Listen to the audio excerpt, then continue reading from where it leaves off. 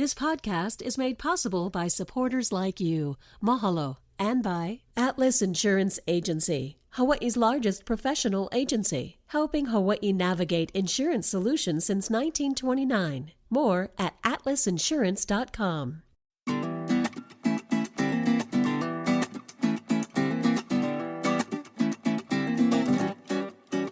Aloha mai kako. Welcome to a new episode of What's Go You Went? Start every conversation with that question. I'm Ron Mizutani, and today we're talking about one of the hottest items on our roads.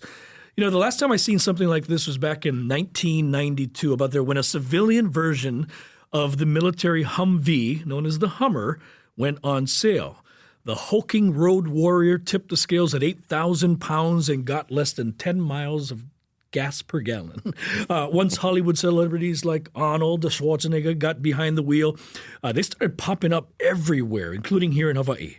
Well, 10 years later, the Hummer II, the H2, became very popular, which is much smaller, weighing about 6,000 pounds, but still a gas guzzler. It was more of a symbol of America's supersized lifestyle. Well, what we're seeing now on our roads and highways today, not Hummers, not in fact. In fact, they're a complete opposite. But their popularity is beyond supersized. I call it JDM Mania. JDM, or Japanese domestic market vehicles, are everywhere. Hawaii drivers are going bonkers for them, and dealers are doing their best just to keep pace with inventory. I want to welcome Slater Robinson from JDM Hawaii to PBS Hawaii. Slater, welcome to the program. Good morning. Good morning. Good to have you here, my friend. Before we go any further, as I ask all our guests, what school you went? Well, being that I didn't grow up in Hawaii, cool. It's very different. So PS 213 in Brooklyn, New York. In Brooklyn, New York? Hail from Brooklyn, you say New York or New York. New York. What was your mascot? Oh, that's a long way. So the school alma mater is out of the question if I ask you to hum a few verses. Yeah, okay. Brooklyn, New York. Boy, New York has changed. New York has changed. Yeah. To the good or not so good, in your opinion? I think not so good. Yeah. I love it, though. It's alive, but you're right. Things just feels like a little less welcoming, if you will. Yes. Is that right? How would you describe that? Well, I remember, I grew up on Vermont Street, 728 Vermont, which is like East New York. I remember the days they used to have block parties. We would shut down the entire block, and it got the whole community involved. And it was just, everyone was free to eat from anybody. You know, we'd have barbecue pits everywhere and grills and whatnot. And it was a family-like event. Now it's very different. It's just deteriorated a lot. And I've been here for 13 years. This is where I call home. And I can't see myself ever going back to New York. Interesting you talk about family, because that family atmosphere, you went from New York, you saw it maybe fade away in some ways, but then you came here to Hawaii, yes, where it's all about family. Absolutely, yeah. Absolutely. You love it here? I love it here. I love I first visited Hawaii in 2006, and after spending a little time here, I was like, this is home. I could make this home. So I came back, and I haven't left since, and I don't plan on leaving. They say home is where your heart is. Home Slater. is where your heart is. Absolutely. Yeah, so your heart is here. Absolutely. You found love here too? Absolutely. Really? Local girl? She's Japanese, yeah. But not local Japanese. But nevertheless, this is where we call home. Good for you. Good for you. My daughter was born here and everything, so this will be home for you. This is home. You know, very interesting. I was talking to you just before we got started, and what brought you to Hawaii? I was a photographer. Be more specific, Slater. Come on. So I'm I was brought to Hawaii with Norwegian Cruise Line. Remember the Pride of America, Pride of Aloha? Absolutely. Right. So I was one of the photographers on board. I was actually the photo manager, worked my way up from base photographer to photo manager. So I was responsible for a lot of those annoying pesky pictures, like every time you try to walk onto the gangway, somebody's in your face taking a picture. That was my crew. That was you. That was my crew. Yeah. Yeah. But you did a lot of you've seen celebrities through the years, and the word sometimes is frowned upon, the profession, if you will. But in some ways, you were a paparazzi. Yeah, so from New York, I grew up in New York, and I worked as a paparazzi, nighttime photographer, going through a lot of clubs. I've had a lot of photos with like Fat Joe, Usher, Janice Dickinson, Puffy, Mariah, Bon Jovi, I mean, to name a few. And it's because in New York, there are a lot of clubs you go to, and then it's just packed with celebrities. Dame Dash, and back in the days, Rockefeller, and so that was a night scene that I was in. That was exciting. I actually had a one-on-one photo session with Bon Jovi, which was absolutely amazing. Is he cool? Absolutely, a little short, but yeah, it's cool. Yeah, it's still a heartthrob for absolutely. A lot of people. Yeah. Great guys. But that's cool. So that is what got me onto the cruise ships, and I found my way to Hawaii. And being that I have a Caribbean root, you can probably tell by my intonation, I found that this is the closest place I could be in the U.S. that resembles or mimics the Caribbean. So that's why Hawaii was home for me. I felt very much at home. Here we are talking about something that's totally not New York. Although, gosh, I could see these things surfacing in New York. Yeah. Are Japanese domestic market vehicles, the JDM, and interesting, that's the name of your company, Yes. but they are everywhere. True. What's going on here? Well, we recognize an opportunity so our original company, Sky Auto, opened on March 2020. 15 days later, COVID. Governor, everybody, we had to shut down. So we toughed through it, and I jokingly said COVID was my first customer. In September, we brought in 6 of these units, and just to kind of test to feel the waters, because I'd noticed them around. Every so often I would see one, and I was like, wow, those are actually pretty cool. And I visit Japan annually, so I know where they're from. I know what they can do. And I spoke to my wife about it. I was like, well, what if? And she was like, no, that nobody wants those things here. I'm like, why not? So fast forward, I still decided to do it without her blessing. And I guess here we are. And it literally, so we got rid of all our regular cars, the domestic cars, and swapped it for 100% JDM. Everyone thought we were nuts. My friends, the dealers, they were like, you're crazy. There's no way you're going to make it. You're going to go out of business. There were people that actually bet that we were not going to make it. So we toughed through it, and lo and behold, they're there. It's a perfect island. It's a perfect island vehicle. When you really look at where they're coming from, the environment in which they operate, and you go to Okinawa, you go to anywhere in Japan, and it's very mountainous regions, just like Hawaii. And it's exactly the same. We're talking about units that are 25 years old, but when you look at the condition of them, you cannot find a 25-year-old domestic vehicle in this condition. Mm-hmm. As they say in Hawaii, 10 years old, it's already bust up, as they say. So it just made perfect sense. The carbon footprint is really small. You get about 35 to 40 miles per gallon. Amazing. Registration is only about 250. Because of the weight? Because of the weight. They only weigh about 1,500 pounds. And when you look at especially for the trucks, the bed is about a 4 by 5. It's almost the size of a Tacoma bed. Mm-hmm. And if you're going to the beach, you're going to throw your paddleboard inside, you're going a barbecue, whatnot. It's a perfect errand vehicle. You go to Costco, you're going to throw trash, around the yard. If you have a big enough compound, it's the perfect utility vehicle. It's amazing. So it was the perfect answer to Hawaii. And how quickly did this become to a point where I'm sure we're going, oh my goodness, we're going to have a hard time keeping pace with the demand. We recognized it, so we started, our first batch came in September.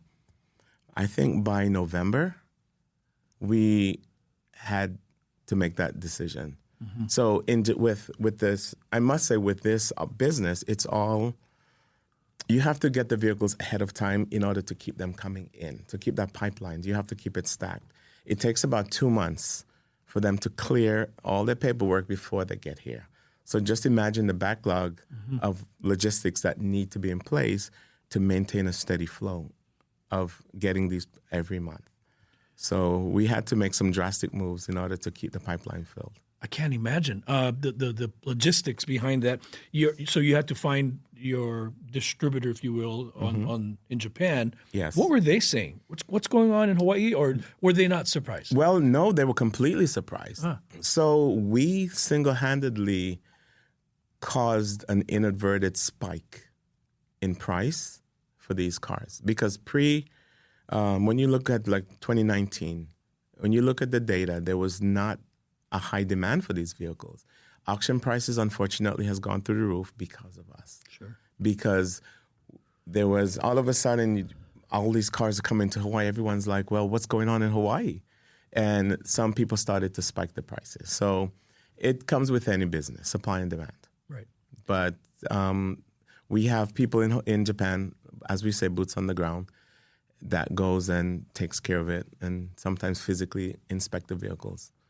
So there's so many questions racing through my head. I'll be total transparency. Sure. I actually was in the market after looking at these I'm a huge VW bus guy. I grew up with a van and a Vanagon and the whole hippie thing that I still want to get back into now that my kids are all adults. But I saw one of these guys go by me, not the trucks, but the van, and I'm vans. like, I want one. Yeah. I jumped in and I'm like, okay, this may not be a good fit for me. But I saw that this is huge. Yeah. First thing I asked was, is it legal? Right? Yes, of course. Everybody's saying that can't be legal. And the driver's on the right side, and how does that work? And then what kind of gas does it take? I mean, Yes. all kinds so of many crazy questions, of course. Yeah. So how do we get around? Not get around, because it is a legal vehicle. It is perfectly legal in Hawaii, and they're not legal in all states. Right. Like Maine, and I think there's about 6 or 7 states where they're completely just not legal. Why is that? Because of the size, and some states obviously have much larger vehicles, and they just see it as they don't view it well. Yeah. Yeah, I understood. You're going up against a F1 and 2 and 350 on the same highway. God forbid there's some sort of an accident. The outcome's gonna tip in the opposite direction. But street legal. Absolute street legal Top here in speed? Hawaii. Top speed, they vary between makes. Honda coming in at the lowest. I'm sorry for you Honda fans. Honda tops out at 60 miles an hour. That's more than enough. Which is the max speed here in Hawaii. So theoretically, we don't need more than that. Exactly. So there's the Hondas, then there's the Suzukis and the Subarus and so forth. But they range between 60 to 87 miles an hour. You don't need to go 87. We don't need to go 87 here in Hawaii. We got to drive safe. So 60 is perfectly fine. Insurance companies are insuring these vehicles as well? Absolutely. We have, in the beginning, we had a hard time getting insurance to really accept these vehicles, but now all of them have come around. So from Progressive and State Farm and Geico, USAA, Liberty, everybody has pretty much gotten on board because it's an antique vehicle. So there's ways. So just like any other antique vehicle you buy, they have what you call a non-VIN process. Because if it's a 1950, 1940, there's not going to have a VIN system to decode to classify that vehicle. So a lot of these vehicles can be insured under that same procedure, under that same process. I see. Your customers run the gamut. I mean, I literally saw, she must have been a 70-year-old little tiny woman in a beautiful green van. I mean, your customers are, and I seen a younger gentleman who souped it up a little and made it really fancy. Yes. You get them all. We get them all. We do get them souped up, sometimes straight from Japan. Do they still say souped up? Yes. Okay. Souped up, modded, tricked out. Yeah. I mean, all of the above applies. But we have a very wide customer base. We have, I think, from 25 to 60. Amazing. So, and I think it finds a way to the heart of every customer, no matter what age range. So, Slater, what you're saying is I still have some time. You have time. And I have one that you could fit into. Oh, yeah? Absolutely. We'll talk offline. I'm not sure if, like you said, you got to check with the wife. You went against her wishes, but look at this now, right? My wife said, but you never know, right? You never know. You never know. But hey, a few more questions about Sure. that I need to ask you, because I'm sure people out there going, yeah, I was wondering about that. Oh, yeah, what about that? Price. I mean, now that this has become supply demand, Yes. what kind of price range are we looking at? Price range for us is for a standard truck, is between 10 and 12,000. When I was younger, besides driving a VW bus, before that I drove a Bug, a Volkswagen Bug, and unlike my friends who were tech savvy and monkey wrench guys, Sure. I didn't understand that. So service was a real pain in the butt for me. Absolutely. Anything with European cars can be a real pain. Absolutely. I imagine repairs and service is top of mind. It should be. It is. It is. Because you got to have the guys and gals who are trained in servicing these. Absolutely. Does that take a special tech? It does. Oh. It does take special tech. It does take a special skill set and knowledge about how to deal with this, because most of these vehicles are carburetor. And we're talking about 3-cylinder carburetor engines. Carburetors are finicky in of themselves. And if you don't know how to deal with it, there's so many things that could lead you down a rabbit hole. You'll end up changing so many things if you're not sure what to look for. But based on repetition and us using it working on them all the time, we know what to look for. So, unbelievable. Absolutely. Is it here to stay? It is. Yeah. It is. You think it's not a trend? It is not. It is not. I've worked hard to make sure that it's not a trend. If I wanted it to be a trend, I would not have had the repair facility. Right. Because have you ever visited Guam? Yes.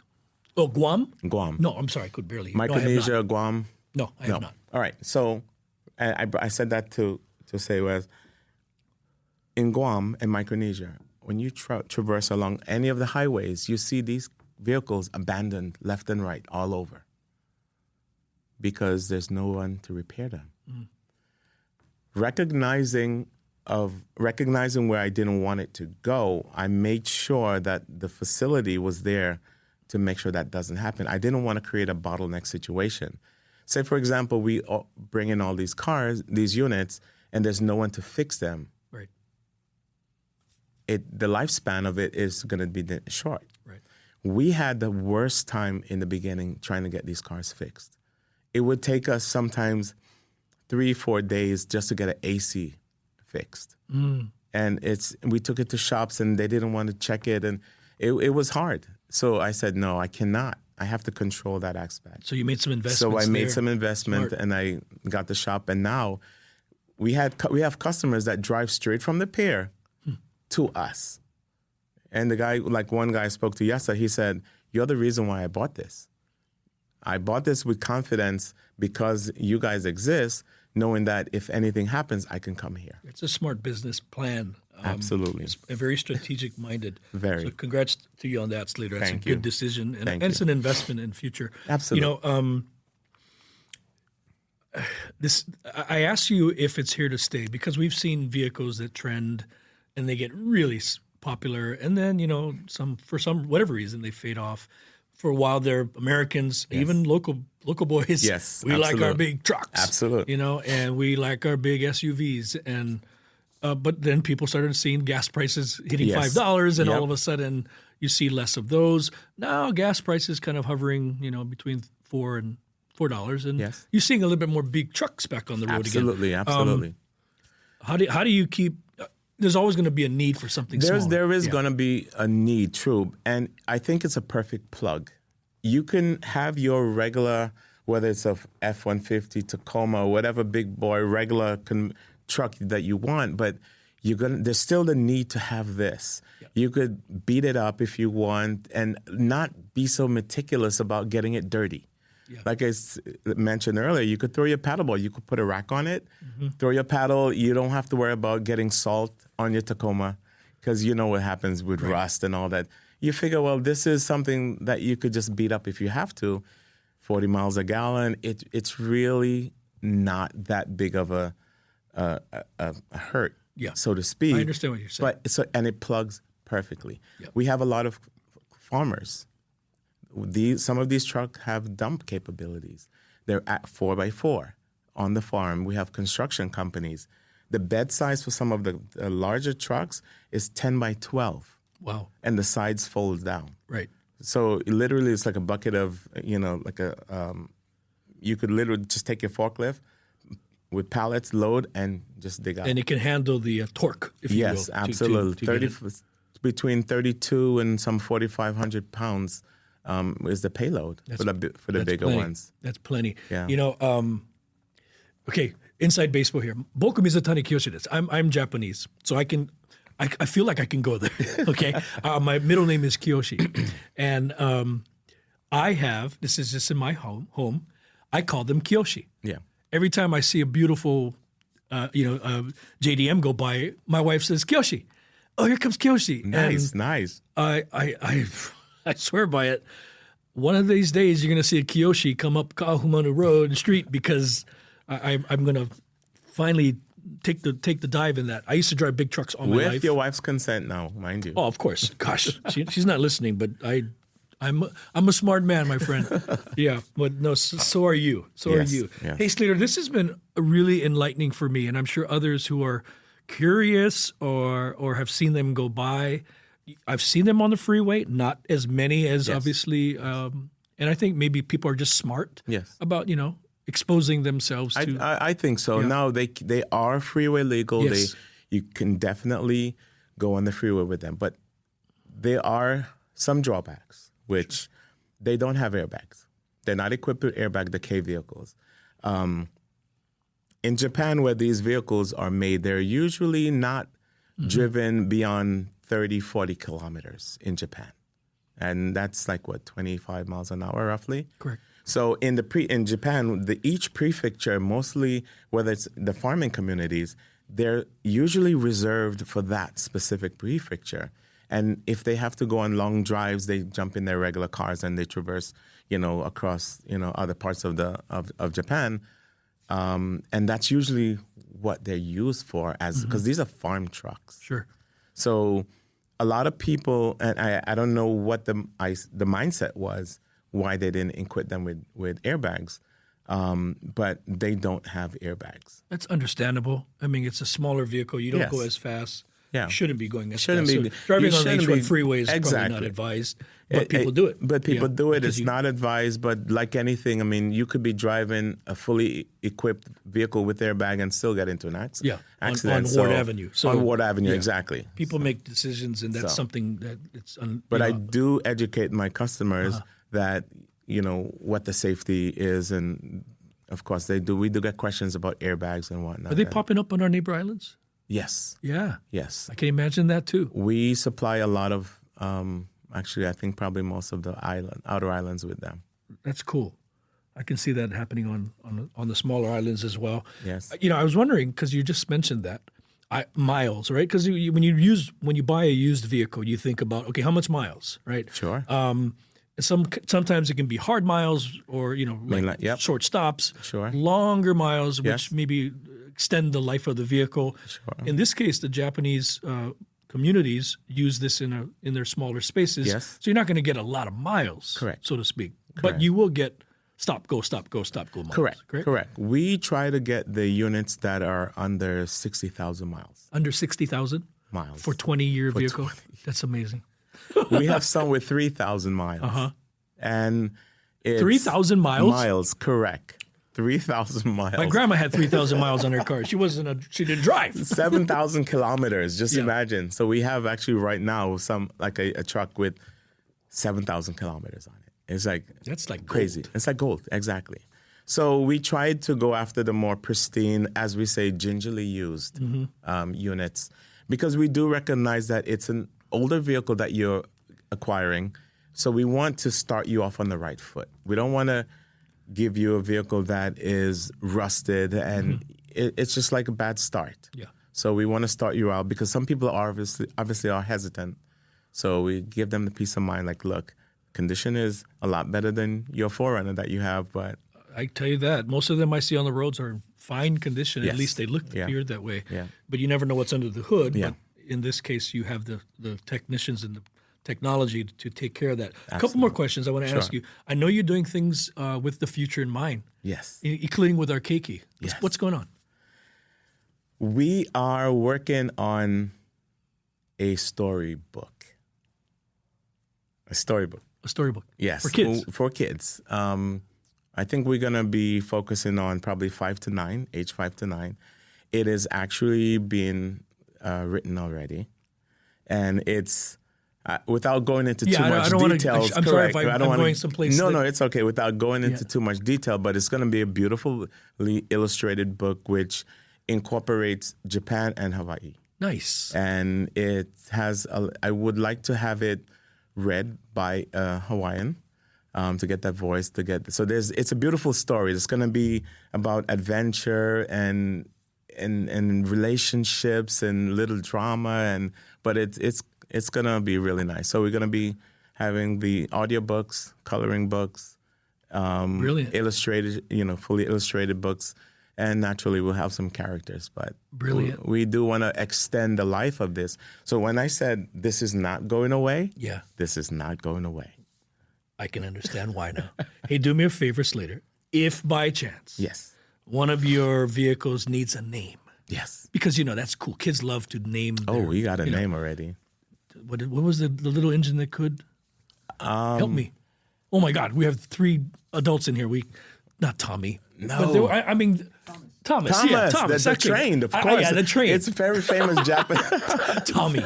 I made him a local boy. Close enough. But hey, if you need a vehicle and you're creating character, consider Kiyoshi. Kiyoshi-san. Okay, that's a very good name. We do have two characters already named. Yeah. One is Kanai. Okay. And the other is Rusty. Yes. So let's add Kiyoshi. I'll get the correct spelling I don't botch it. But we have 2 characters already. Hey, if you need Kiyoshi Mizutani, then you can use that one too. There you go. Slater Robinson. Hey, thanks for stopping by. Absolutely. I really appreciate it. What a great conversation this has been, and continued success to you. And keep it real and keep it safe, but it sounds like you got your feet planted, your toes in the sand. Yes. And loving Hawaii, and we love having you here, man. Absolutely. I want to do whatever I can to, like I said, extend the life and to really intertwine this into the Hawaiian culture. Smart man. You're a smart businessman. I try. Right on. Hey, welcome home. Welcome home. Thank you. Mahalo nui for joining us, folks. Join us next week, another episode. What School You Went. Until then, ahui ho. What School You Went is a PBS Hawaii production. Music by Taimane Gardner. If you enjoyed this episode, let us know on Facebook, Instagram, and Twitter, and tell your friends. You can find us on pbshawaii.org and everywhere you get your podcasts.